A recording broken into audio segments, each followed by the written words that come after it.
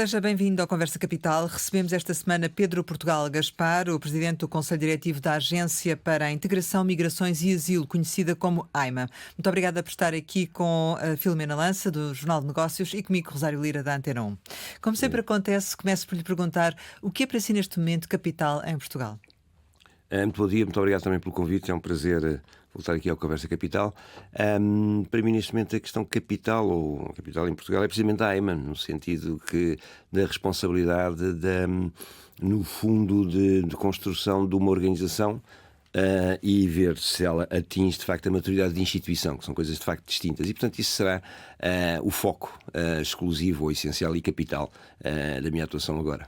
Teremos a oportunidade de tentar pormenorizar melhor aquilo que acaba de dizer, até porque chegou a AIMA em julho do ano passado, já fez um ano, e a própria AIMA foi criada em outubro de 23, o que significa que também para a semana fará 2 anos. E a AIMA surgiu para centralizar as funções relacionadas à migração e ao asilo, numa única entidade que substituiu o CEF. E a imagem da AIMA está muitas vezes associada às filas, às pessoas a dormir à porta da loja da AIMA em Lisboa, nomeadamente, e a palavra que sempre se repete é pendências. E, na verdade, quando chegou, havia 440 mil processos pendentes. Atualmente, o que é feito destes 440 mil processos? Muito bem. A AIMA, de facto, surge da fusão de duas instituições, do CEF, como disse, e do ACM, do Alto Comissariado para as Migrações. E, portanto, ela resulta numa lógica de opção, naturalmente, política do governo de então, mantido pelo atual, da questão administrativa da política pública migratória, estar concentrada numa entidade apenas administrativa e, consequentemente, os poderes de polícia existentes ao tempo pelo CEF migraram para a Polícia Judiciária e, portanto, significa a separação clara destas funções. Correto o que diz, e acho que há um pouco essa ideia ou essa imagem de filas à porta na António Augusto Aguiar, também no Porto, enfim, e, portanto, relativamente a um conjunto de dependências administrativas que o que foi seguido foi uma dupla atuação neste sentido. Foi criada a estrutura de missão como extensão da AIMA, em que nós tivemos, mas agora naturalmente a estrutura de missão tem a sua estrutura dirigente, mas que a AIMA teve que assegurar e tem que assegurar naturalmente todo o acompanhamento administrativo e de suporte a essa mesma estrutura. Significa que de algum modo a AIMA fez aqui uma gestão de duas casas, a própria AIMA em si, estrito senso, digamos assim, e a estrutura de missão para alargar, para precisamente haver aqui um corpo de ataque para a eliminação das pendências e essa redução do passivo que está em Porto. O relatório das migrações publicado por nós pela AIMA agora de 24. Sim, no dia 24, normalmente sai em setembro, saiu aqui um pouco mais tarde, porque ele passou a ter aqui uma perspectiva diferente, juntou de algum modo a perspectiva das situações das pessoas que estão em situação de facto com as de direito. O que é que eu quero dizer com isso? Juntou a perspectiva dos títulos mesmo emitidos, autorizações de residência concedidos, com as situações factuais que as pessoas estão ainda em processo, e nomeadamente o que era de administrações de interesse, que tinham que estar em Portugal e, portanto, factualmente estariam no território nacional, ainda que não estivesse o título concedido, e, portanto, isso foi uma nova avaliação e obriga a rever essa matéria nesse aspecto. O que significa que eu soube os números exatos da submissão, como tem essa estrutura à parte, naturalmente não entraria em grande pormenor, simplesmente nessa página 29 estão de facto explicados os diversas pendências, resoluções, atendimentos, etc., os diversos números, que demonstrou aqui um esforço muito grande em termos de facto de atuação administrativa, de resolução de facto de pendência. Eu diria, claro que vai ser suspeito na matéria, mas que eu diria foi o único, ou nos últimos anos não haverá uma intervenção deste ano, que, note-se, não era possível fazê-lo apenas e só com a administração, nomeadamente seja a AIMA, seja a estrutura de missão. Teve que envolver aqui uma parceria, seja com municípios, seja com associações de imigrantes, portanto com os mediadores, para ter uma frente e uma maior flexibilidade de atuação. Mas à sua pergunta... Sim, dos 440 mil, sim, relativamente a isso... Estes 440 mil pendentes agora já estão resolvidos, não estão resolvidos? A estrutura de missão poderá terminar funções no final de 25, como estava previsto, ou não? Sim, os 440 mil que se refere, o que resulta aqui é que temos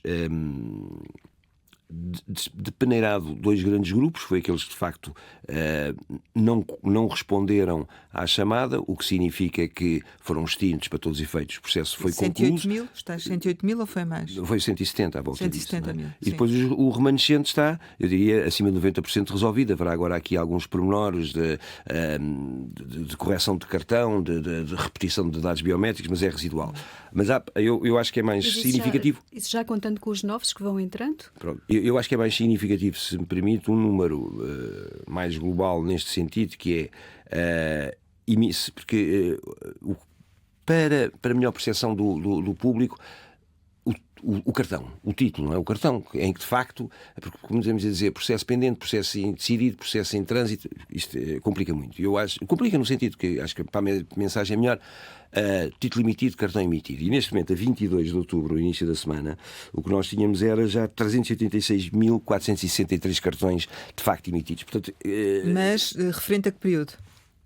Do ano 2025, tínhamos 386.463 cartões emitidos. Portanto, novas autorizações ao longo de 2025, já com o título final do cartão. O que significa que eu acho que porque esse é que é o elemento final. Como é que compara com 24? Pronto, como é que compara com 24? O mesmo período de 24 tínhamos 236.030, portanto temos aqui um aumento de 60%, 61% à volta disso, não é? Portanto, em 24 tínhamos emitidos à mesma data 236.030 cartões e agora 386.463, no sentido que este é o ato final, não é? Quer dizer, passou a fase, teve que repetir, e eventualmente, que há situações que precisa de repetir o dado biométrico, estou a falar de situações residuais, não é? A tipologia dessas autorizações, consegue definir qual é que é a maioritária?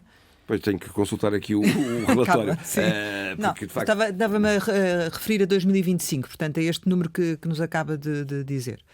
2025, a grande tipologia é naturalmente a questão das manifestações de interesse, que foi a pendência mais volumosa, portanto, ou seja,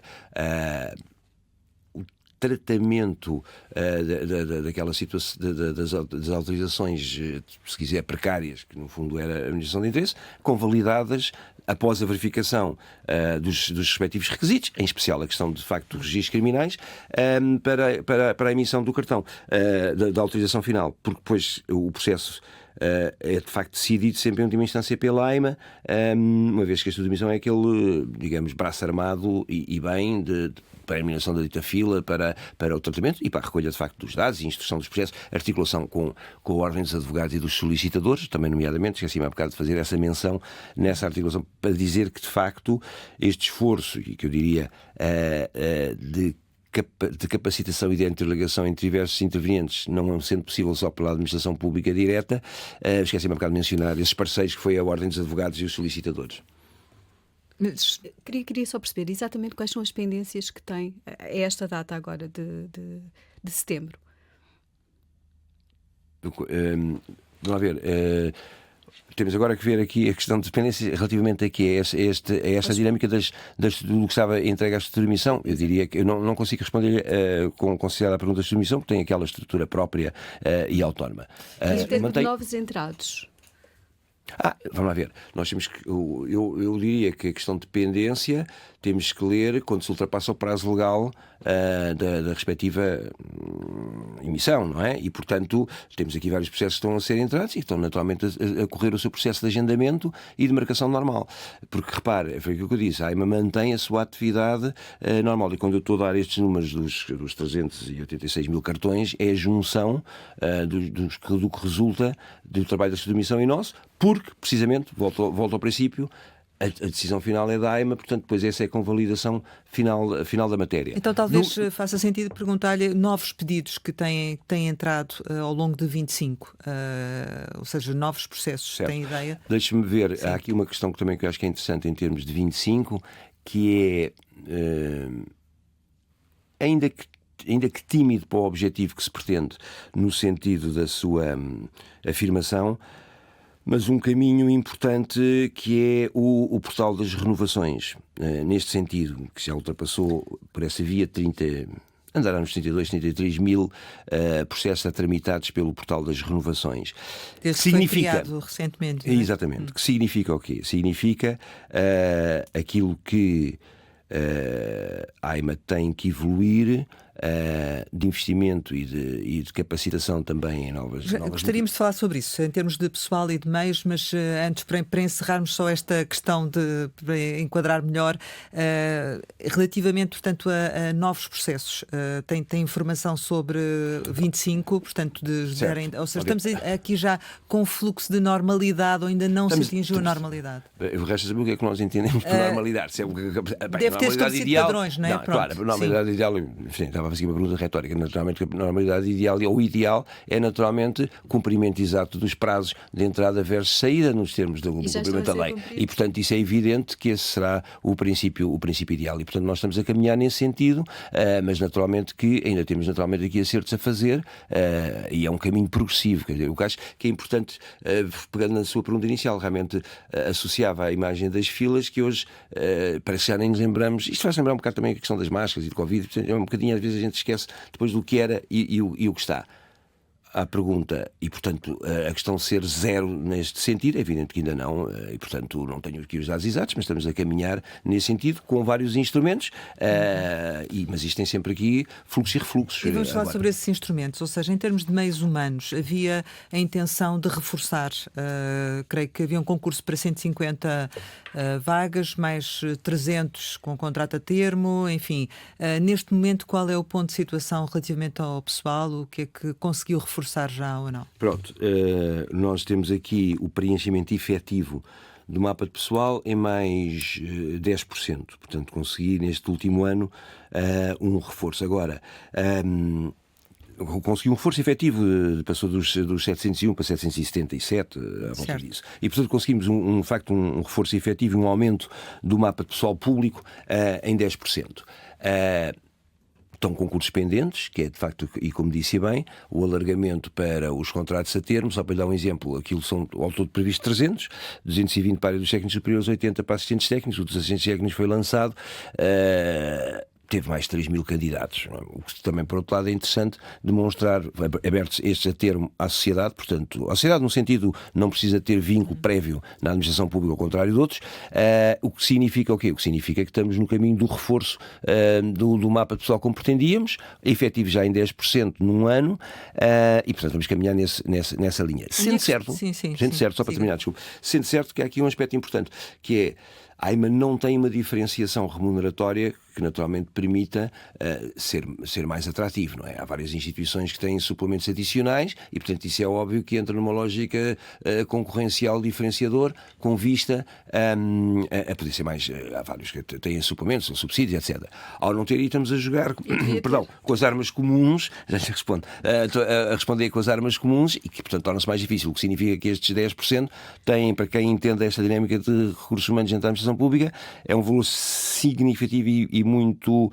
eu fico contente com o esforço que é feito no período de tempo que é, sem ter este diferencial para poder ser mais atrativo e eu no sentido até às vezes mais impactante pelo desgaste que a instituição tem e o trabalho e o volume que tem. Portanto, isto até tem que ser lido sob várias perspectivas. Mas, de qualquer maneira, o objetivo é sempre crescer mais. À sua pergunta, que era, e eu devia ter, eu acho que, de facto, há aqui situações que isto leva-nos a uma questão mais vasta, não é? Em termos públicos. Há quem defenda muito uma lógica de carreiras especiais, por exemplo, um dos nossos sindicatos, temos 2 sindicatos na instituição, um que defende a lógica de uma carreira especial de migração, há quem não defenda isso e mais a atribuição de um suplemento para certas funções. Eu, enfim, pela experiência que tenho de vários organismos que liderei, este é o 6º que lidero, dos vários organismos que liderei, Acho que por vezes tem que ser algum cuidado com carreiras especiais, mas a questão de uma diferenciação enquanto exercício de funções de um reforço remuneratório poder-se a justificar, e nomeadamente aqui neste caso, eu acho que a pressão que existe... Vamos lá ver, eu acho que não Mas tem... essa questão é que eu lhe ia colocar, porque supostamente não é, essa pressão não vai tendencialmente diminuir, ou seja, uma vez entrando num ritmo de normalidade, como há pouco referia, e eventualmente até com uma diminuição do fluxo de imigrantes, resultado das leis que estão a ser aprovadas, continua a ser necessário e eventualmente até a introdução de novas tecnologias, o recurso à inteligência artificial, vai continuar a precisar dessas pessoas? Vamos lá ver, ainda voltando aqui atrás, em termos da pressão, tivemos aqui um momento de pico, como é evidente, e é nesse quadro que estamos a falar. Há aqui vamos lá ver, eu acho que a AIMA tem que, quando me pergunta que vai continuar a precisar dessas pessoas, eu acho que vamos continuar a precisar. Não tanto, vamos lá ver, eu acho que não podemos sentar o problema só sempre no atendimento e neste front office, não é? Repara, há aqui situações que eu acho que a Casa tem que consolidar e densificar algum pensamento, tem que também alargar naturalmente a política da área de integração, tem que reforçar esses componentes. Portanto, eu diria que o mapa pessoal não está, eu ainda tenciono que de facto aumentar e alargá-lo. Acho que faz todo o sentido ainda essa capacitação de reforço. Mesmo que haja aqui, e muito bem, um fluxo controlado, uma diminuição, mas a matéria não se pode escutar na pendência. E veja, eu não conheço e não me recordo de uma casa sujeita a tanta pressão nestes últimos tempos, nomeadamente o ângulo judicial, que de facto foi... E portanto a Casa tem aguentado isso. Agora, aguenta com grande esforço, de facto, dos trabalhadores e da estrutura, e por isso mesmo seria justo uma compensação.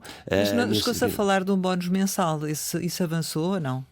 Não, pois isso foi não foi, a expressão não era correta, mas falou-se disso, mas é evidente que não avançou, porque naturalmente temos aqui uma lógica de prémio, os prémios confinados nos termos normais de legislação que é aplicável, que é em função da avaliação do CIADAP, o quadro geral da administração pública, não é? E não deverá avançar também, não? Não é isso. Não podíamos tecnicamente em 25, porque era um problema de arrastamentos de notas, é uma matéria aqui mais complicada, mas que se explica rapidamente, quando tem arrastamentos de notas, que era o caso por via das fusões, certo. E portanto significa que tinham trazido as notas dos trabalhadores dos organismos, não se podia aplicar os prémios gestionários. Em 26 já tencionam aplicar os prémios gestionários, por força agora já da avaliação ex-novo ou correta, feita em 20. Correta não é que fosse incorreta, mas que se começou a fazer em 25. Certo. Em relação às lojas, vão manter as que têm? Haverá abertura de mais lojas? Ou não? Vai ver, as lojas, a nossa perspectiva até é um bocadinho, repara, eu vou dar o exemplo do que nós fizemos com o Governo Regional dos Açores, que foi um protocolo com a rede dos Açores. Nós temos 3 lojas nos Açores, mas naturalmente o Governo queria alargar estes serviços às mais ilhas para precisamente ter uma lógica de coesão regional. E portanto o que é feito? Uma articulação com o Governo Regional, onde haverá atendimento feito pelo Governo Regional e diríamos, não são lojas AIMA, mas prestam naturalmente este serviço AIMA. Dito mutatis mutandis para o continente, faremos isso com alguns dos municípios que já colaboravam com a Comissão e vamos estender, aliás, já estão assinados os protocolos em termos de prorrogação para o ano 2026 com estes municípios, passarão a ser uma extensão ou mantém algum serviço associado de facto à AIMA com vista à parte. Na documental, porque temos depois a rede do CLAIM em termos de informação e de integração, que são mais de 175 postos. Portanto, isso significa na prática um alargamento da possibilidade das pessoas recorrerem à AIMA através de outros locais, não é? Exatamente, voltamos ao ponto. Não precisa de ser exercido de forma direta pela própria organização, mas poderá ser naturalmente com estes parceiros associados. Mas volta à questão há bocado inicial, como dizia. Mas então precisa das pessoas. Muito bem, precisa das pessoas e dos técnicos, se calhar não para estar necessariamente neste front office, mas para a densificação de pensamento e de mensagem e de apoio informativo e de não digo de back-office ou de apoio de retaguarda, para precisamente articular de forma robusta esta mesma rede, porque surgem dúvidas no CLAIM de Castelo Branco, surgem problemas no atendimento em Carregal do Sal, por exemplo. Estou a dar estes 2 exemplos, que até são os que eu tenho ideia que já visitei que funcionam muito bem. E, portanto, até nem ficariam, digamos, mas pode sempre acontecer e a AIMA tem que ter aqui uma retaguarda para dar esse reforço de apoio. Em termos de orçamento para o próximo ano, vocês têm um reforço de verbas, as vossas receitas próprias também vão aumentar?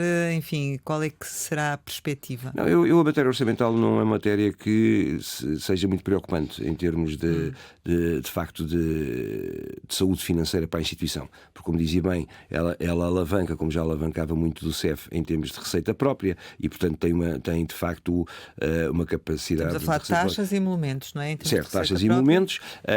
Depois não se deve ver por essa via também receita, mas a que não se deve ver, já digo o que é a matéria das contornações, certo. Porque a matéria das contornações estava de facto parado e de facto explotou agora neste último ano, e 25 vai ter maior expressão na instauração dos processos de contornação, e que vai trazer, para todos os efeitos, tem que ser inscrito como receita a aplicação das coisas. Quando eu digo não se deve ver assim, porque por natureza a contornação é perdão, o exercício da autoridade da ação administrativa e não necessariamente atrás da receita, embora depois orçamentalmente tem que entrar como receita essa questão. Mas antes disso, para lhe dizer que essa parte não será tanto crucial, ao contrário, às vezes do autorismo, onde eu já passei anteriormente, o que vai ser crucial vai ser uma capacidade de resposta e de modernização da instituição. E, portanto, um plano de investimento, e nomeadamente a parte tecnológica e, de facto, de modernização, que por vezes... Já está previsto para 26? Que por vezes, e já começou, aliás, algumas coisas em 25, que era aquele exemplo do Portal das Renovações. Certo. Ainda tímido, no sentido de que é um início, mas que ao ter já, como eu digo, eu gosto de estar sempre... E estamos a falar de que valor é esse plano de investimentos? Eu gosto de estar sempre os valores, agora ainda no outro, por baixo dos números, para não, ao menos assim, não ser criticado por excesso. Mas, por exemplo, por defeito, terão sido 32 mil pessoas a aceder ao Portal das Renovações, de forma automática. Significa o quê? Significa menos 32 mil pessoas em termos de atendimento, de agendamento, etc. E, portanto, acederam e praticaram o ato da exatamente. renovação. E o processo agora estão em tramitação, já não sei quando mas são já não resolvidos. tiveram que se deslocar fisicamente Exatamente. ao balcão. Depois, eventualmente, poderá acontecer, num caso que o processo, na fase depois de decisão, haja ali um problema qualquer, que seja chamado, mas será a inversa, não é? No sentido que será por defeito ou por situação muito residual que isso acontecerá. Eu penso que cerca de 1/3, mas eu não gosto de dar aqui números para depois, mas à volta disso estarão já decididos, ou se não for 1/3, andará lá perto. Mas vamos pôr 1/4 para não ser acusado de estar a aumentar números que eu não gosto. Isso normalmente demora quanto tempo? Se num processo com normalidade? Está dentro do prazo legal dos 90 dias gerais de decisão. Quer dizer, estes da renovação automática estará dentro do prazo normal. Vai manter esse prazo dos 90 dias, não é mais rápido? Não, por isso, quer dizer, até poderá ser mais rápido, mas no sentido da pergunta de há bocado, se está em pendência ou não está, portanto não estará. Se for decidido antes, melhor, não é? Poderá até ser, não lhe consigo precisar. A questão mais importante foi, temos que ir por partes. Temos que ir por partes neste sentido, acho eu, que é perceber que recebe uma casa com um desafio grande na sociedade portuguesa, ponto. Que é um desafio que acho que deve motivar toda a instituição e todos os trabalhadores. Perceber que a herança vem de duas casas que têm duas culturas diferentes, fizeram um percurso muito interessante na sociedade portuguesa, seja o CEF, seja o ACM, mas são duas visões diferentes e que interessa convergir, com o habitual sistemas informáticos caducos, de falta de interligação, etc. E, portanto, isto... E depois estamos num quadro de gestão pública sujeito às regras de contratação, a toda uma questão que, num ano e pouco, torna-se difícil. Temos aqui, e portanto temos que ir por partes nesse sentido. Já vamos ao plano de investimento e ao orçamento, mas ainda em relação a esta questão das renovações, se isto já estivesse a funcionar, não tínhamos assistido ultimamente àquela questão do fim da prorrogação do prazo das renovações e àquelas filas que houve, aquele constrangimento agora muito recente. É isso? Ou não? Não, neste sentido. Vamos lá ver, ali há um conjunto aqui foram 2 ou 3 dias que depois ficou a situação resolvida. Ali há um conjunto de uma convergência de vários pedidos de informação, até de matérias diferentes. Há aqui uma questão que é importante, que é também uma simplificação de comunicação que é necessário. Vamos lá ver, nós até temos um conjunto de facs em várias línguas, o nosso centro de contacto até disponibiliza cerca de 60 línguas diferentes, dialetos, queria dizer, que se pode fazer essa inscrição para ter acesso a isso. De qualquer maneira, isso é dependente aqui um bocadinho. Ou seja, aquilo que aconteceu não vai repetir-se, em princípio, ou vai? É engraçada a sua pergunta. Não, é engraçada a sua pergunta neste sentido. Eu vou-lhe dizer porquê. No sentido que parece que, e tem razão, o normal é que não haja filas, e que seja um atendimento, estamos de acordo, em todas as áreas.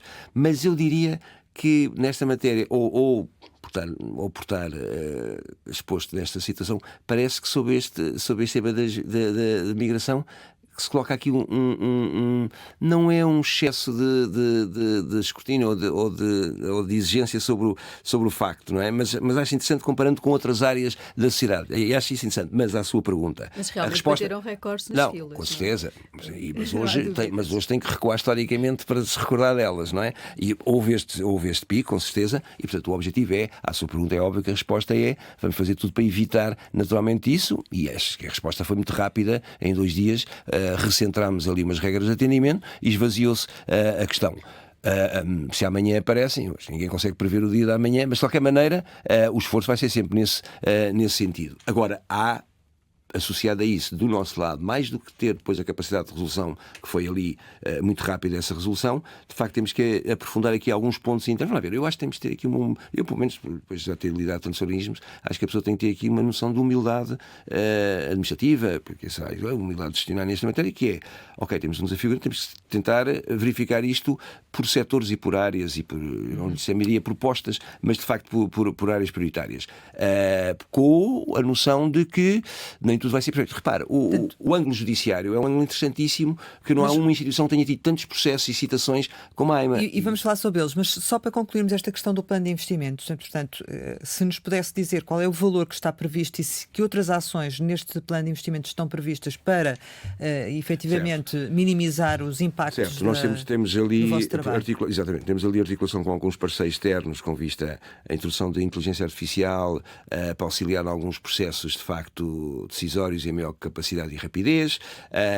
Naturalmente temos articulação ainda com parceiros externos mas aí da área universitária, para terem ferramentas de dashboard e de acompanhamento de gestionários mais instantâneos e imediatos que permitam uma maior avaliação desse empenho, e portanto estão a correr vários projetos com vista a essa mesma, não lhe dou o valor de capital ou na capital em causa, na medida em que alguns estão aqui sujeitos à contratação pública em processos em concurso, que portanto poderão não, podia haver um valor em orçamento. Sim, para... Não, isso, certo.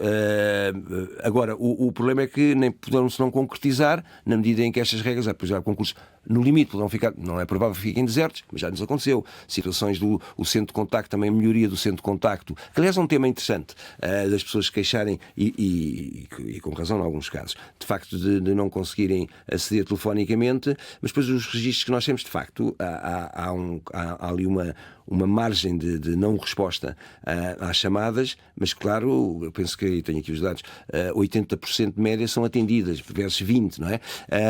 Claro, o ideal, à vossa pergunta, o ideal seria 100%, como é lógico, não é? Mas eu lembro-me de ter referido que, por exemplo, mails, vocês tinham recebido 1 milhão. E 200 mil, mais de 1 milhão acho que era 1 milhão e 200 mil. Em 2024. Em 2025, contactos telefónicos, e-mails, enfim, ou seja, foi... os últimos 6 meses, só para lhe dizer, os últimos 6 meses dos contactos telefónicos, tinha qualquer coisa como 600... peço desculpa, dos últimos 6 meses, lá está, 304.084 chamadas, ou pronto, 300 mil, que seja à volta disso, vai bater com as 600 mil do ano normalmente que temos. Não pode não ser ao rigor, tanto que estou a dar mesmo com os 304.084 dos últimos 6 meses. Com o tratamento na casa dos... Há meses vai aos 83% de tratamento, há outros está nos 78%, portanto, por isso temos aquela média estimada nos 80%. Agora, lá está, ficam 20 por responder em 300 mil, mas foram atendidos 80 em 300 mil. Claro, o ideal seria, tal como a pergunta há bocado que fez das filas zero, seria a chamada zero. Agora veja também, de qualquer maneira, o volume para os tais 700 e tal funcionários. E por isso a pergunta, 772, salvo erro. E portanto a pergunta quando diz precisa continuar a crescer, ou seja, se tem já percebemos que sim. Não, quer dizer que se tem esta solicitação pela sociedade, podem se calhar não ter, porque é um problema da locação, podem precisamente com essas parcerias deslocar ou não ser tão preciso pessoas em loja nessa perspectiva, até porque a redução do fluxo, ou regulação do fluxo, outros parceiros a tratar disso, e então as alocar internamente para outras funções. Portanto, há muito para trabalhar e muito para fazer. E por isso, o eventual adicional remuneratório pode não se pensar só na questão de loja, de atendimento imediato, mas se calhar para outro tipo de funções, porque a pressão vai manter-se. A pressão, neste sentido, a solicitação, melhor dizendo, não é? Agora, a pressão é mais quando esta questão do judicial ou outras mais instantânea, que eu chamaria de pressão. Peço desculpa. Só uma coisa muito rápida, há pouco falou nas contraordenações que iriam crescer em 2026. Pode explicar um bocadinho melhor isso? Não, ouça, Tem a ver sobretudo com as questões do abandono, das contraordenações, a aplicação nesses casos, é isso? nós temos aqui nas contraordenações qualquer coisa como do dado que foi publicado, ainda referente a 24. Certo. E, portanto, 24 ainda foi apenas isso ao começo. Tanto que foi criada uma unidade orgânica interna mesmo para gerir a matéria das contratações, que é uma matéria que eu gosto muito sempre. Vem do direito, não é? Exatamente. Não, pois, e da ASAI exatamente. Nomeadamente da ASAI, e portanto é uma matéria que acho interessante. E portanto o que nós tínhamos aqui e que se apontou como um aumento de 183% relativamente a 2023 tinha sido quase inexistente. E portanto o que eu quero dizer é que foram instaurados cerca de 3.500 processos que têm a ver com faltas de declarações de entrada, permanências ilegais foram 884, transporte de pessoas não autorizadas, leia-se às vezes para companhias aéreas, etc. E, portanto, há aqui um conjunto de matérias das contratações. A indicação que eu dei interna é naturalmente as contratações, a respectiva tramitação e aplicação das coimas. Portanto, vai ser uma matéria que é uma matéria que eu naturalmente não digo que seja prioritária, mas não pela lógica da receita. Portanto, eu acho que é sempre muito importante. Muitas vezes há a tendência de se falar nas contraordenações como reforço de receita. Felizmente aqui não será esse o caso, mas de facto como um exercício da ação administrativa, eu não diria mas exercício de poder da autoridade previsto nos termos de facto da atuação da administração pública. E vai reforçar essa atuação, portanto, ou tem estado a reforçar essa atuação em 2025. Certo. E por isso esse é o nosso objetivo. Há aqui aquela mudança de funções que passaram para a PSP nas matérias do retorno, o que vai permitir alguns desses meios que eu tinha no retorno poder reforçar a matéria das contraordenações e a matéria de instrução de processos, etc. Portanto, estamos a falar daquelas situações em que as pessoas é suposto abandonarem o país e não estão a fazer, é isso? Não, essas sim, permanência ilegal, por exemplo, sim. Exatamente, em que as continua convosco. A aplicação das matérias das contraordenações, as autoridades policiais levantam alto, remetem para a AIMA e prosseguimos. E, portanto, nesta boa cooperação entre as instituições, mas principalmente para efetuarmos esse exercício. Ainda sobre a matéria de orçamento e para concluirmos, em termos de receitas próprias, estamos a falar nomeadamente de taxas e emolumentos, qual é que é o montante que arrecadaram neste momento? Qual é que é a estimativa que existe para 25? Não, vamos lá ver. Nós temos o orçamento dos 90 milhões à volta disso, ele praticamente é alavancado em receitas próprias, quer dizer, tem ali depois a parte do orçamento de Estado, umas transferências de apoio de projetos, mas eu não sei se não dará ali à volta dos 70, 75, portanto, em termos de receita própria. É evidente que tivemos aqui um crescente relativamente a esta matéria de resolução das pendências, como é óbvio, houve aqui pagamento de taxas, etc. Aí sim poderia dizer, com esta regulação de fluxo, haverá diminuição da receita, mas encontrar-se há outra solução que eu digo. Para já, isso não será... Qual é a estimativa para não será 2026? preocupante. A estimativa vai ser semelhante, porque depois ainda ali, para todos os efeitos, ainda temos alguns processos para cobrança e, portanto, não... A solução poderá passar por aumento das taxas e dos emolumentos? Não tenho isso como não tenho sinalizado como sendo um caminho, não parece. Pode haver atualizações, mas não parece isso como sendo um ponto para aprofundar assim de imediato, não é? Relativamente a esta questão do abandono voluntário, tem havido às vezes algumas queixas, nomeadamente houve situações de pessoas com filhos que foram notificados para o abandono voluntário. Como é que está esse processo? As pessoas isso vai continuar a ser feito dessa forma automaticamente e depois têm que recorrer aos tribunais? Pois, eu tenho vamos lá ver, a ideia que eu tenho de um ou dois casos que ganharam expressão pública foi que não tinham junto também os documentos necessários para evidenciar a situação então em que estavam. Não tem referência de quantos processos foram levantados em tribunal ou quantas contestações houve certo. a estes O que nós casos? temos aqui nos dados que apontámos no primeiro semestre de 25, tinha havido Notificações para abandono voluntário 9.268, primeiro semestre de 2025. E, portanto, uma matéria que agora transitou para a PSP. Eu houve um dia destes que veio a público providências cautelares, não chegavam às 200 relativamente a esta matéria. Mas voltamos agora aqui ao tema da questão da articulação com a justiça e bem. Quer dizer, isto, qualquer decisão que pratiquemos, pronto, em teoria, e depois na prática, como é evidente, qualquer decisão que a administração pratica é sujeita a impugnação judicial e pronto, tudo certo. O que nós tivemos aqui, e portanto já lá podemos ir a essas, e portanto eu dessas que eu vi publicamente... E corresponde àquilo que tem ideia da vossa informação? Certo, o que eu tenho ideia da nossa informação... Exato. Não. Ouça, quando tem uma dimensão de cerca de 100 mil citações a correrem de citações, estes a existir a expressão ainda tem uma expressão muito, muito reduzida, não é? E por isso que eu estava a dizer, eu não tenho ideia de nenhum organismo sujeito a esta demanda, que será mesmo o termo, esta demanda judicial em Catatupa, como aconteceu sobre a AIMA.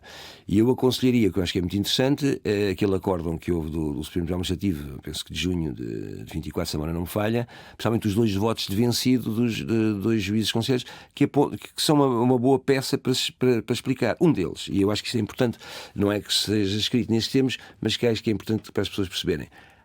Há aqui um volume de ações que são simplesmente ações a determinar que nós façamos o agendamento correspondente, face ao atraso. Muito bem. E, portanto, nós é como se tivéssemos. E é interessante porque o juiz aponta o problema que isso provoca na gestão de um estoque administrativo. Isto, leia-se. Agora, exemplo, digo eu, é como se nós tivéssemos uma lista de 1 ao 20, supostamente já agendado, 1, 2, 3, 4 por ali fora, o 20 põe a ação judicial, passa para número 1. Depois o 15º põe a ação judicial, passa... O que é que isso provoca na gestão? Provoca aqui agendamentos, acertos, agora cancela aquilo, já não posso pôr o que estava agora 1 à boca, porque entraram os últimos 5, desde o 15º até ao 20º. Claro que eu estou a pôr estes números só para simplificar, isto é aos milhares. Pronto, isto só para explicar. Portanto, esse conjunto de citações e são meramente intimações, e pronto, é o exercício de um direito. Não são condenações. Não, nós não tivemos nenhuma condenação. Pronto. Ou seja, se não cumpríssemos isso. Isto provoca esta questão. E depois há outro juiz que, de facto, levanta outra questão interessante, que é, agora, se isto se multiplicar em toda a gestão administrativa, vejam o que é que será, por exemplo, na saúde ou noutras áreas, inverter a prioridade do tempo clínico por este tipo de situação. Isto só para demonstrar o quê? Só para mostrar que não é que, com isto eu não quero que seja entendido, aliás, nunca poderá ser, qualquer restrição ou indicação de não recurso à via judicial. Não. Claro, é só para perceber o volume que isto provocou e que naturalmente provoca em termos de gestão do chamado estoque administrativo dos agendamentos. Não tivemos nenhuma condenação, mas de facto temos a pressão de ter que garantir 40% ou 50% das vagas diárias quase para este tipo de situações e, portanto, provoca aqui naturalmente uns acertos. Dir-me-ão, está bem, mas o 20º, entretanto, já foi agendado, já não se tem que preocupar com os 20º, com certeza. Ele passou à frente, mas isto não é o mais linear nesta matéria. Há outra pergunta que me está a dizer. Nós agora vamos ter, repara, agora os processos de contornação, portanto, vão ter, por exemplo, pegando neste caso, vamos naturalmente aplicar coimas na sequência de alguns processos de contornação ou não. Não gosto de ter aqui juízo pré-concebido. O normal é que aconteça. Uns serão arquivados, outros serão razão ao agente económico, noutros aplicação de coimas. E haverá recurso. Ora, nem mais. E, portanto, também nestas decisões administrativas sobre determinado tipo de processos, haverá recurso. E aí vamos... Esse é o outro salto. Voltamos ao problema dos 777 funcionários, alocar para outras funções. E aí seria interessante, mas que não há tempo agora neste imediato, de uma reflexão interna, que é no fundo quando as casas conseguem construir alguma doutrina baseada na experiência da aplicação das decisões, do que é que os tribunais disseram, etc., para poder considerar um pensamento interno e este é quando de facto uma organização passa a instituição, que é quando começa a ter aqui um pensamento consolidado. Aos próprios tribunais fixarem uma jurisprudência sobre esta matéria? Também, mas repara, sim, pode haver aqui uma tendência e a casa perceber e a casa consolidar o seu pensamento em função disso e também preparar-se para isso mesmo. Mas isto é de facto o salto que eu gostaria ser dado em termos de instituição, ou que para ela ser verdadeiramente uma instituição, neste sentido, que é o que se costuma dizer. Ainda estamos com 2 anos de vida, não dá para ter tudo ao mesmo tempo. Eu ainda não consegui perceber, foi neste momento em que ponto é que estamos, ou seja, em termos de entradas de pedidos, se efetivamente da autorização de residência, se há uma diminuição. Não há uma diminuição, repara, agora não E tenho aqui essa presente, diminuição o relatório 24, sim, registra isso. Sim, né? o relatório intercalar E em 25, o que é que está a saiu, acontecer? apontou para essa redução. E em 25 vai-se manter essa tendência. Repare, a linha... e repare, o que é que se apontou? Linha de entrada apenas e só através dos postos consulares, a questão que foi do Pacto de Migração Laboral regulada na articulação entre as confederações patronais e outras empresas de dimensão significativa que queiram aderir, relativamente aos pedidos de migrantes para a área laboral. E, portanto, isso significa uma diminuição efetiva em termos de números. Eu tenho ideia, eu nunca gosto de dar números de cor, mas tenho ideia que o que nós temos no nosso relatório intercalar de dezembro o relatório intercalar que apontava no segundo semestre uma redução, portanto, ainda referente a 24, qualquer coisa de 40% ou 50% ou 56%, já não me recordo. Mas houve uma diminuição efetiva em termos de... Nos 6 meses deste ano? Não, estou a falar de 24, mas tenho que confirmar esses dados. No sentido, houve uma redução efetiva, mas isso está publicado. Que e é essa tendência, a questão é, essa tendência continua em 25? Não vejo razão para que não esteja. A nova lei dos estrangeiros vai ainda, do seu ponto de vista, introduzir aqui um fator de inibição e de reduzir ainda mais esse eu não chamaria nem inibição, nem eu chamaria que ele, no fundo, com vista à regulação da matéria. Ela entrou em vigor ontem, se a memória não me falha, esta nova alteração, portanto ainda não temos qualquer capacidade, e aliás está dependente ali de umas portarias para a articulação. Mas a linha, vamos lá ver, a administração não comenta a lei, agora ela aponta num sentido de facto da manutenção de regulação de fluxo. E nós, o dado objetivo que temos, volto a dizer, no intercalar que foi publicado, apontava claramente uma diminuição na casa dos 50%. E, portanto, ao não ter existido nenhuma introdução de figuras expansivas, como foi o caso da administração de interesse ou de género, que pudessem despoltar, antes pelo contrário, houve essa eliminação e essa regularização à luz atual, não temos aqui entradas ex novo significativas, antes pelo contrário. Pronto, será um pouco isso, não é? Agora também vamos depender também de ver a dinâmica do mercado relativamente ao protocolo e outras matérias do género, não é? Eu te falava aí há pouco no instrumento que ficou conhecido como a Via Verde para a imigração. Qual é que está a ser o nível de adesão das empresas aí? Portanto, o Pacto da Migração Laboral, ele está a fazer o seu caminho em termos eu diria de captação de facto de trabalhadores migrantes. Tem ali a presença que vi da parte da agricultura da CAP, com um recrutamento por essa via com alguma expressão. Não tenho presente os números disso, mas com alguma expressão por essa via. E tem aparecido várias empresas a querer subscrever, que está previsto isso, não necessariamente através da respectiva confederação, portanto a aderir indiretamente. Penso que há volta de 20 que já terão aderido, para além das respectivas confederações, ainda que sejam desses mesmos setores. Por exemplo, na área do turismo temos grandes grupos que naturalmente pretendem aderir autonomamente, sendo certo que sabemos que têm ali que cumprir aqueles requisitos que impendem sobre a entidade patronal, nomeadamente o ensino da língua portuguesa, a questão porque, o ensino da língua portuguesa. E na construção? Não percebi, desculpa. Construção, as empresas de construção. A construção também tem existido algumas. E depois tem a questão da formação profissional, o alojamento, etc. Portanto, no fundo, tem um bocadinho isso. Mas a língua portuguesa, por acaso, é interessante. Vemos, eu não sei se tiveram a oportunidade de ver neste último relatório, nós temos de países lusófonos cerca de metade, não é, dos números que aqui estão apontados, não é? E muito, de facto, deste eixo atlântico. Eu tenho muito utilizado a expressão que temos aqui uma migração lusófono-atlântica, porque a área do Índico tem menos expressão. E isto para dizer o quê? Que na matéria de integração, na matéria depois de assimilação ou de assimilação no bom sentido de integração da sociedade portuguesa, naturalmente porque há aqui um ponto de partida que é o domínio da língua, que tem alguma vantagem comparativa, não é? Vantagem neste sentido, mas de facilidade. agora está a referir-se concretamente à Via Verde para a imigração ou já estamos Não, estava a falar de Ok. outro aspecto. Só ainda em relação a essa questão.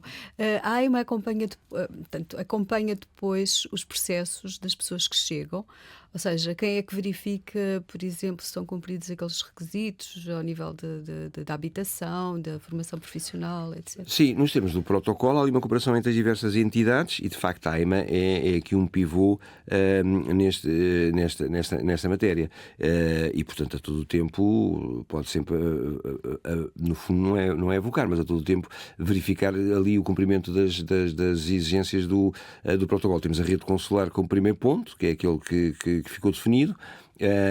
Vêm parceiros, a AIMA e outras entidades, e depois, aliás, é a AIMA que faz a apreciação das entidades que queiram aderir ao protocolo, as tais empresas, para ver essa, não lhe chamaria de idoneidade, que é para um termo pouco simpático. Pronto, para ver as...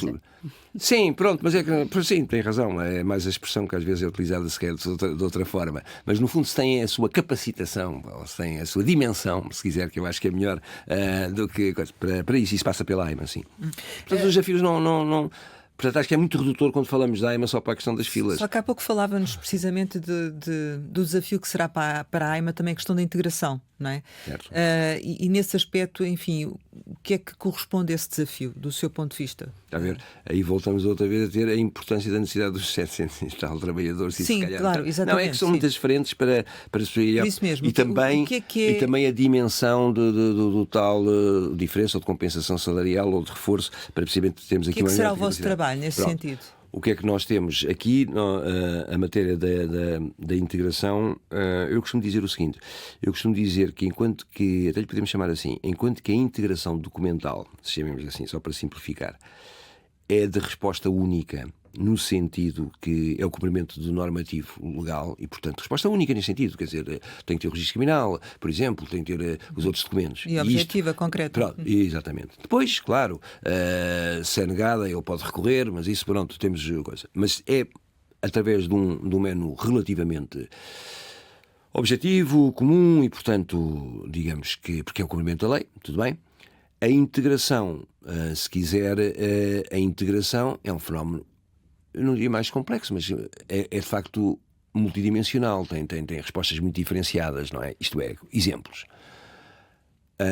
Uma dinâmica de integração ou de expressão numérica de 20% ou 25% numa área metropolitana de Lisboa pode não corresponder não é bem ao impacto, que é para não ser mal interpretado, mas pode não corresponder a 4 ou 5% num município do interior, e se calhar o esforço tem que haver de integração, no sentido de que quem chega tem que se sentir bem e quem recebe tem que perceber também a vantagem e a ligação com quem chegou, não é?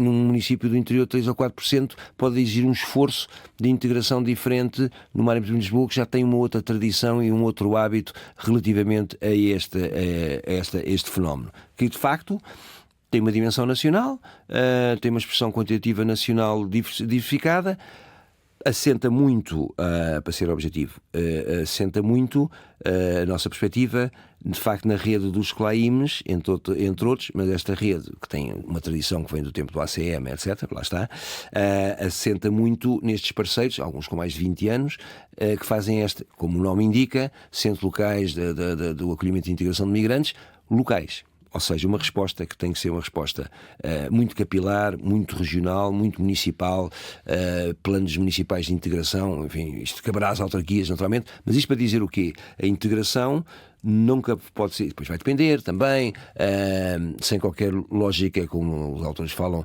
sem qualquer lógica de apartheid étnico ou isso, mas naturalmente tem que haver abordagens diferenciadas, nomeadamente quem já domina ou não domina a língua portuguesa, por exemplo, só para colocarmos a questão. A CPLP, por exemplo, será mais fácil. E portanto, até para outro tipo de raízes que pode existir já da respectiva comunidade, e portanto isto são respostas de médio e longo prazo Repare, nós temos também, que colabora com a AIMA, o Observatório das Migrações, que é autónomo cientificamente e, portanto, permite ali fazer estudos e dar contributos, para além de outros parceiros, mas este, por excelência, não é? Precisamente no sentido do aconselhamento de iniciativas com vista à política de integração. O associativismo é, obviamente, um papel central, e daí alguns dos CLAIMs assentarem nesta ligação entre nós e o mundo associativo das comunidades migrantes. Para além das autarquias, como eu disse, os universitários, que aliás é uma área que estamos a tentar desenvolver também mais, os CLAIMs universitários. Eu diria também que, enfim, mas esse está mais difícil. Não é mais difícil, que a pessoa tem que ter cuidado com as palavras que diz. Está mais longínquo, eventualmente só há um exemplo ainda, que eu acho também seria interessante, os CLAIMs empresariais. Ou seja, ligar à questão do protocolo da migração, já que foi subscrito pelas confederações patronais, até que ponto as confederações patronais também poderem ou não envolver-se através dos CLAIMs, aí mais vocacionado para a área setorial, não é? Profissional setorial, como disse bem, por exemplo, da construção civil ou de outras áreas, mas neste momento os dois grandes parceiros dos CLAIMs é autárquicos e associativos. Em afirmação aos universitários, tendo em conta que também temos uma comunidade interessante, de facto, de população estudantil que vem para Portugal. Diga. Mas, no geral, eu diria que Portugal faz bem essa integração. Nós integramos bem os migrantes que nos chegam. O que é que, na sua opinião, falta fazer aí a esse nível, em concreto? Vamos lá ver, vamos utilizar até a expressão, digamos, que se costuma dizer que Portugal acolhe bem, no sentido que é referenciado por vários, o que significa, enfim, por várias revistas e etc, e na imprensa internacional, que se diz sempre muito bem que somos acolhedores, hospitaleiros, etc, não é? Portanto, o que significa que temos um potencial, partindo desse princípio. Não estou a desviar a sua pergunta. O que eu digo e acho que é, e só posso responder pela organização, como é óbvio, não é? Tem esta função da integração. Nós estivemos mais centrados na integração documental, se quiser, aliás, viu-se pelas vossas perguntas, muito centradas na questão dos números, pendências, etc. E eu acho que não podemos reduzir, ainda seja importante, claro, mas à medida, claro, eu não diria que nasce uma segunda questão, mas podemos pôr assim, naturalmente que ultrapassada a integração documental, nasce uma segunda questão, não é problema, nasce uma segunda questão, nasce um segundo desafio, que é de facto a integração na sociedade portuguesa. Agora, esta integração tem que ser, naturalmente, a dois níveis, tem que ser em dois sentidos, não é? Tem que ser no sentido da sociedade também perceber a vantagem, naturalmente, dessa capacitação migrante e também, naturalmente, a capacitação migrante que vai chegar. E o que é que costuma acontecer? O ideal, que é o que os livros, no fundo, acabam por indicar, e que nós temos essa experiência da nossa sociedade, dos nossos migrantes, não é? A primeira geração vai ter alguma dificuldade, nomeadamente na língua, da questão da língua do país de destino, mantém muita ligação ao país de origem. A segunda já vai, e a terceira perde praticamente a ligação ao país de origem e ficará com a questão do país de destino. Isto é normalmente o que os académicos apontam como normal, e que nós tivemos essa experiência também, que os nossos migrantes foram nos anos 60 ou nos anos 70 para a França. Quer dizer, agora também temos que ver a questão da inversa, não é? Na inversa, nesse sentido, para pensarmos o que é que nós vivemos na nossa sociedade muito, e falamos muito hoje dos lusodescendentes, por exemplo, de França, etc. Dominam já a terceira geração, dominam melhor o francês do que o português, e eventualmente alguns ainda saberão falar português. Portanto, temos que ter aqui uma perspectiva aberta nisto. Em concreto, em relação a este segundo desafio de que fala, o que é que a AIMA pretende fazer? Ou o que é que tem em carteira? Repare, nós temos aqui vários projetos. Por exemplo, empreendedorismo. Não só, acho que terça-feira até vai haver uma nova sessão de empreendedorismo, já houve aqui uns cursos de capacitação de empreendedorismo, que é aconselhamento com demonstração de exemplos concretos de os migrantes poderem lançar o seu pequeno negócio. Pronto. Para tentar ter uma autonomização ou uma capacitação. Não estamos a falar de negócios de grande capital, mas por exemplo, pequenas empresas relativamente à área da alimentação ou de restauração, outros de pequenas obras de construção civil. Pronto, temos feito um pouco até pelo país, exemplos que é com um testemunho de alguns migrantes que criaram o seu negócio e depois uma plateia de facto de população migrante. Em Faro, aqui em Lisboa, agora terça-feira vai haver aqui outro em Lisboa, houve cursos online dessa mesma capacitação. Diálogo interreligioso, por exemplo, é uma das matérias que também temos feito em cooperação com as diversas confissões, onde a AIMA tem feito aqui uma articulação, foi feita agora recentemente na Alameda das Linhas, na Alameda Afonso Henriques, talvez há um mês, se a memória não falha, essa questão do diálogo interreligioso entre 9 ou 10 confissões diferentes. Portanto, matéria a apontar para uma lógica, de facto, se quiser, de integração efetiva, de cooperação, de tolerância. Agora, isto não tem aqui, eu estou-lhe a dar estes exemplos concretos já de ações. Se me pergunta na métrica quantas pessoas lá tiveram, agora não consigo dizer, sei que são o calendário interreligioso, que foi também um calendário do ano para se perceber quais são os dias para cada religião alvo de festividade. Eu não sei se ficará ali algum espaço muito vazio, mas para todos os efeitos, para se perceber, e é isto que tem que ser, eu acho que a integração, muito com casos pontuais, a criar uma rede e com muita expressão depois também naturalmente regional. Não é? E falava também aí há pouco da importância da sociedade perceber a vantagem desta capacitação migrante. Quer-nos falar só um bocadinho sobre isso, a importância dos imigrantes para a economia neste momento? Eu acho que isso, vamos lá ver. Isso vai passar, por exemplo, como aquele outro programa muito pontual que houve, que foi integrar para o turismo, que foi em parceria com o Turismo Portugal, que foi no fundo uma capacitação de migrantes para ficarem mais habilitados para o turismo. Nós temos falado, ainda não concluímos, anda à procura desse projeto, uma certa capacitação para a economia social, no fundo para cuidadores, através de tratamento para as misericórdias, portanto temos com a população envelhecida, claro, temos com a população envelhecida e esse reforço, essencialmente, por exemplo, na zona interior do país, e isso poderá ser, através, e vou pegar neste exemplo, se o concretizarmos, isso poderá ser um projeto elucidativo para que, por exemplo, a tal municípios do interior dos 3 ou 4% de população migrante que não estavam habituados a essa realidade, ao contrário dos 20% da área metropolitana, perceberem a importância que esses 3 ou 4% até estão a ter, nomeadamente no tratamento dos seus avós ou dos pais que, entretanto, precisam de estar com cuidado na respectiva lar da Segurança Social ou qualquer coisa. É um pouco isso. E, portanto, e aí tem que haver sempre muita comunicação e explicar-se com essas evidências é melhor às vezes do que o abstrato dos números, em que parece que é aqui uma quantidade sem se perceber. E às vezes o exemplo mais regional, mais local. Agora, isso claro, tem essa evidência para aquele local, pode não ter para outro, mas a importância e essa perspectiva, para não entrarmos numa outra dimensão, para os efeitos que deve ser também não perder de vista, uma dimensão que estamos a falar sempre de matéria de pessoas, direitos humanos, direitos fundamentais e, portanto, não perder isto de vista, sou pena de, às tantas... Já ultrapassámos aqui o nosso tempo, mas ainda há desculpa. 3 questões que eu pedia respostas rápidas, se possível. Muito em concreto, vai haver alguma alteração a nível do atendimento ou vão manter a forma que existe até agora, atual? Não, nós vamos introduzir melhorias no atendimento, nomeadamente o novo projeto do Centro de Contacto para ser mais célere e mais rápido para esses agendamentos e essas respostas. E, por outro lado, eu ando atrás também de tentar perceber 15% mais ou menos de ausências ao atendimento. Isto é interessante pormos aqui o ONU sobre a AIMA das filas, mas depois também tenho aqui quebras das pessoas que não comparecem ao atendimento. Com isto não quero dizer que quero aplicar nenhuma taxa da ausência. Certo. Mas como não há qualquer penalização, não sei se isso ajuda a explicar. Mas devia haver penalização? Não, quer dizer, não sei, eu pelo menos esses 15% não deixo. O que é que eu quero dizer com isto? Quando tenho 30 mil, eventualmente, pessoas que não comparecem, significa, por ano, significa que houve os 30 mil que eu não pude atender. E depois, se calhar, não tínhamos tido 30 mil ações judiciais postas pelos... Enfim, é porque isto tudo tem uma... Essa melhoria será para quando? Portanto, esse centro que... O centro de contacto já está a funcionar. Certo, e estamos ainda numa fase de transição de pasta, digamos assim, entre o que nós temos e com o novo operador. Portanto, vai estar a todo o vapor? Eu penso que a 26 vai estar, não é? Já agora até admito que nesta primeira fase, como tudo, quando introduz uma alteração, que até possa descer um bocadinho para depois subir. Relativamente à lei dos estrangeiros, ela vai ter, em concreto, consequências no vosso funcionamento ou não, em termos de aplicação prática? Ou é Ou só... seja, eu, pronto, sem qualquer, naturalmente, que se tenham novas figuras de visto, etc. Portanto, a lei, a administração vai naturalmente aplicá-la e cumprir, como é evidente, e, portanto, vai ter que adaptar em função do que for instituído ou do que está instituído.